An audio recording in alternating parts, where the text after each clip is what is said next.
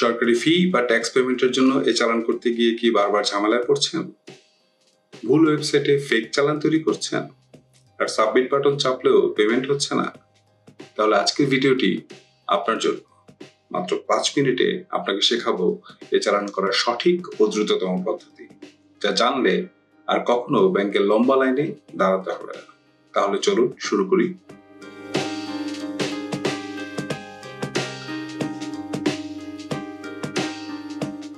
আসসালামু আলাইকুম।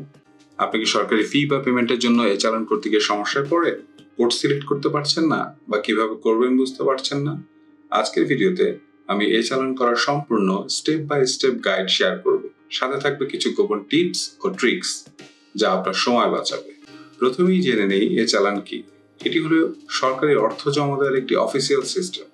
পাসপোর্ট ফি, ট্যাক্স, সরকারি পরীক্ষা ফি এবং প্রায় সব ধরনের সরকারি পেমেন্ট আপনি এই চালানের মাধ্যমে জমা দিতে পারবেন। এই চালান করতে যা যা লাগবে: আপনার এনআইডি বা টিআইএন নম্বর এবং প্রতিষ্ঠানের জন্য বিআইএন নম্বর, মোবাইল নম্বর, ইন্টারনেট সংযুক্ত স্মার্টফোন বা কম্পিউটার, পেমেন্টের জন্য বিকাশ, নগদ, ট্যাব বা অনলাইন ব্যাংক অ্যাকাউন্ট। ছোট একটি টিপস: ছোট অঙ্কের পেমেন্ট বিকাশ, নগদ বা ট্যাব ব্যবহার করুন, কিন্তু বড় অঙ্কের জন্য ব্যাংক কাউন্টার ব্যবহার করাই ভালো। সঠিকভাবে এ চালান করতে যা যা করবেন: আপনাদের অনেকেই ভুলভাবে ট্রেডিং ওয়েবসাইটে গিয়ে ফেক চালান তৈরি করছেন। ট্রেডিং ওয়েবসাইটে তৈরি চালান গ্রহণযোগ্য নয়। তাহলে সঠিক পদ্ধতি কি? গুগলে সার্চ করুন এ চালান অথবা সরাসরি ব্রাউজারে টাইপ করুন echalan.gov.bd/acs। এই লিঙ্কটি সরকার অনুমোদিত এ চালান ওয়েবসাইট। এই ভিডিওর ডেসক্রিপশনে ওয়েবসাইটের ঠিকানাও দেয়া আছে। অনেকেই ভুল করে নিচের ট্রেনিং ওয়েবসাইটটিতে প্রবেশ করছেন, training.finance.gov.bd/acs। এই ওয়েবসাইট শুধুমাত্র প্রশিক্ষণের জন্য। এখানে তৈরি চালান গ্রহণযোগ্য নয়। এই চালানের উপরের অংশে লেখা থাকবে অর্থ জমা গ্রহণ স্লিপ ট্রেনিং ভার্সন, যেটা অকার্যকর ও বাতিলযোগ্য।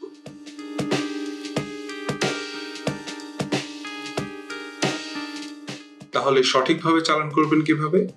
প্রথমে ভিজিট করুন www.echalan.gov.bd/acs। এই ওয়েবসাইটে প্রবেশ করে আপনার মনে হতে পারে লগইন বা রেজিস্ট্রেশন করতে হবে নাকি? না, এই ওয়েবসাইটে লগইন বা রেজিস্ট্রেশনের কোনো প্রয়োজন নেই।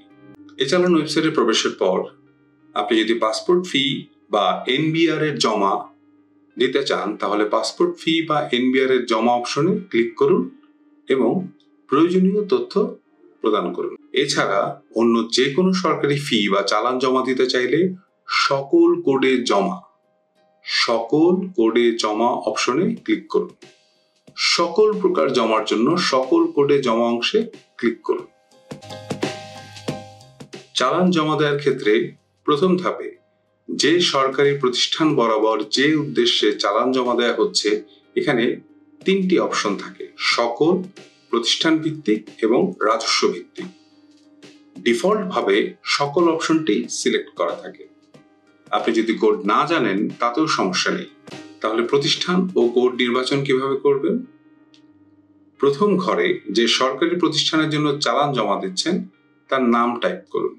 আপনি 2-1টি অক্ষর লিখলেই নামের একটি লিস্ট চলে আসবে। চাইলে ডাউন অ্যারো ক্লিক করেও প্রতিষ্ঠান সিলেক্ট করতে পারবেন। একইভাবে দ্বিতীয় ঘরে অর্থনৈতিক কোড বা নাম টাইপ করুন অথবা ডাউন অ্যারো ক্লিক করে নির্বাচন করুন। অনেক সময় দেখা যায় প্রথম ঘরে প্রতিষ্ঠান সিলেক্ট করার পরে দ্বিতীয় ঘরে অর্থনৈতিক কোড প্রদর্শন করে না। এক্ষেত্রে সমাধান হলো আগে দ্বিতীয় ঘর অর্থনৈতিক কোড বা নাম থেকে আপনার প্রয়োজনীয় কোড সিলেক্ট করুন। এরপর প্রথম ঘরে সরকারি প্রতিষ্ঠানের নাম বা কোড টাইপ করে সিলেক্ট করুন। অথবা যে সরকারি প্রতিষ্ঠান বরাবর যে উদ্দেশ্যে চালান জমা দেওয়া হচ্ছে অংশের 3 নম্বর অপশন রাজস্ব বা সেবা ভিত্তিক সিলেক্ট করুন। প্রথমে অর্থনৈতিক কোড বা নাম সিলেক্ট করুন, তারপর সরকারি প্রতিষ্ঠানের নাম বা কোড টাইপ করে সিলেক্ট করুন। কোন প্রতিষ্ঠানের পক্ষ থেকে জমার ক্ষেত্রে মন্ত্রণালয়ের নাম টাইপ করুন, ডিপার্টমেন্টের নাম টাইপ করে সিলেক্ট করুন। একইভাবে প্রতিষ্ঠানের কোড বা নাম এবং অর্থনৈতিক কোড বা নাম টাইপ করে সিলেক্ট করুন। প্রথম ধাপ সম্পন্ন। এখানে আমরা জানলাম প্রথমে প্রতিষ্ঠান সিলেক্ট করে অর্থনৈতিক কোড সিলেক্ট করতে সমস্যায় পড়লে প্রথমে অর্থনৈতিক কোড সিলেক্ট করুন এবং পরে প্রতিষ্ঠান বেছে নিন। এবার চালানের টাকার পরিমাণ প্রদান করুন। এই ধাপে আপনাকে টাকার পরিমাণ সঠিকভাবে লিখতে হবে। তবে কিছু কিছু ক্ষেত্রে এখানে দুটি ঘর দেখা যেতে পারে, যেমন আপনার মূল ফি ও তার উপরে ভ্যাট। যেমন আপনার মূল ফি যদি ৩,০০০ টাকা হয়, সেক্ষেত্রে ভ্যাট হতে পারে ৩০০ টাকা। তাহলে আপনাকে দুটি আলাদা ঘরে ফি এবং ভ্যাটের পরিমাণ সঠিকভাবে লিখতে হবে।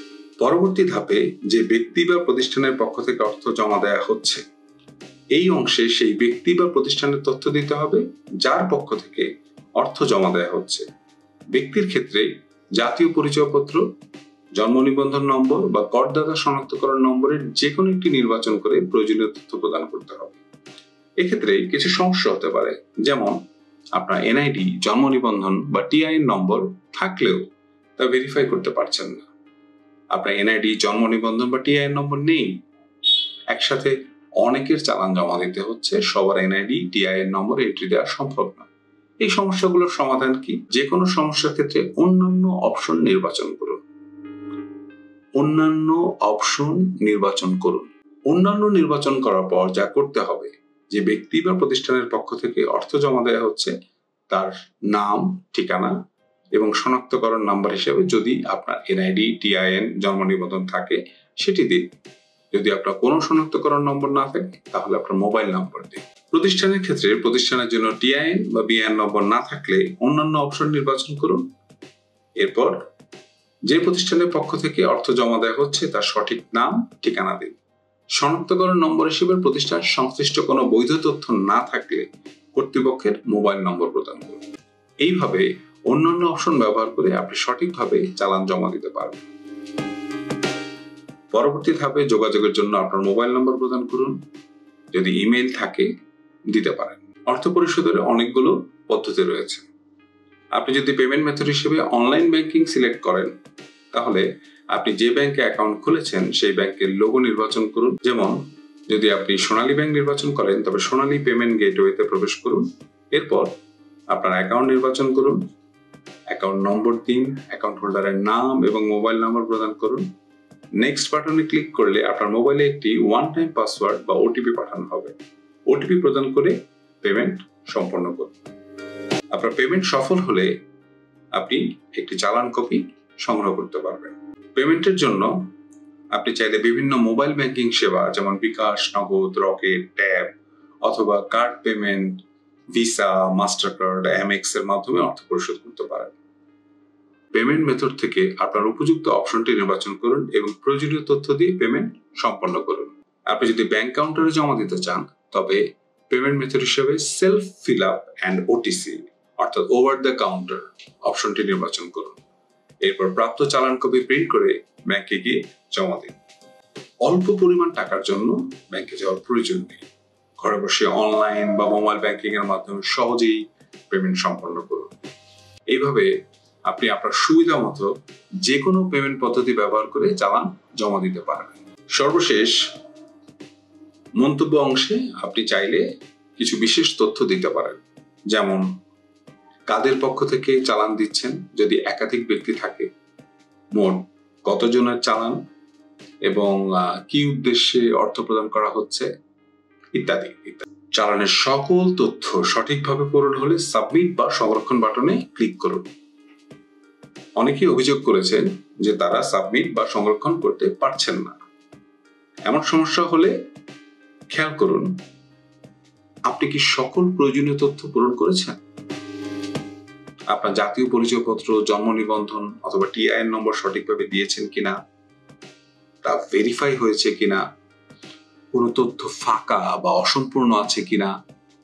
যদি উপরের তথ্য অসম্পূর্ণ থাকে বা ভেরিফিকেশন না হয়, তাহলে আপনি সাবমিট বা সংরক্ষণ করতে পারবেন না। চালান তৈরির ক্ষেত্রে মোবাইল ব্রাউজার ইউজ না করাই ভালো। অনেক সময় মোবাইল ব্রাউজারে সিস্টেম সঠিকভাবে কাজ করে না, তথ্য সেভ হয় না বা ভেরিফিকেশন আটকে যেতে পারে। তাই কম্পিউটার বা ল্যাপটপ ব্যবহার করাই উত্তম। আপনি যদি ব্যাংক কাউন্টারে চালান জমা দিতে চান, সেক্ষেত্রে পেমেন্ট মেথড হিসেবে ব্যাংক কাউন্টারে জমা self fill up and OTC select করুন। চালানটি সাবমিট করলে আপনি একটি চালানের ট্র্যাকিং নম্বর সহ রসিদ পাবেন। এই রসিদটি ডাউনলোড করে সংরক্ষণ করুন। এরপর চালানটি প্রিন্ট করে যে কোনো ব্যাংক শাখায় জমা প্রদান করুন।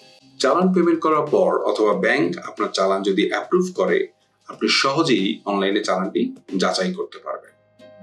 যাচাই করার জন্য চালান যাচাই ওয়েবসাইট chalanverification.finance.gov.bd/echalan অথবা এই চালানের ওয়েবসাইটের নিচের দিকে যান এবং প্রয়োজনীয় লিঙ্ক সমূহ অংশে চালান যাচাই অপশনটিতে ক্লিক করুন। চালান যাচাই ওয়েবসাইটে গিয়ে আপনি দেখতে পাবেন নিচের দিকে অটোমেটেড চালান ভেরিফিকেশন বা স্বয়ংক্রিয় চালান যাচাই অংশ। এখানে দুটি বক্স রয়েছে। আপনার চালানের ট্র্যাকিং নাম্বারের প্রথম 4টি সংখ্যা প্রথম বক্সে, বাকি সংখ্যাগুলো দ্বিতীয় বক্সে। এরপর ভেরিফাই বাটনে ক্লিক করুন। চালান যাচাই সফল হলে আপনি একটি ভেরিফাইড কপি দেখতে পাবেন, যা ডাউনলোড করে সংরক্ষণ করতে পারবেন। আপনি চাইলে এটি প্রিন্ট করে বা মোবাইলে বা কম্পিউটারে সংরক্ষণ করে রাখতে পারেন। গুরুত্বপূর্ণ টিপস: সব তথ্য যাচাই করুন। নাম, টাকার পরিমাণ, অন্যান্য তথ্য সঠিকভাবে দিন। ভুল থাকলে পেমেন্ট বাতিল হতে পারে। ইমেইল ব্যবহার করুন।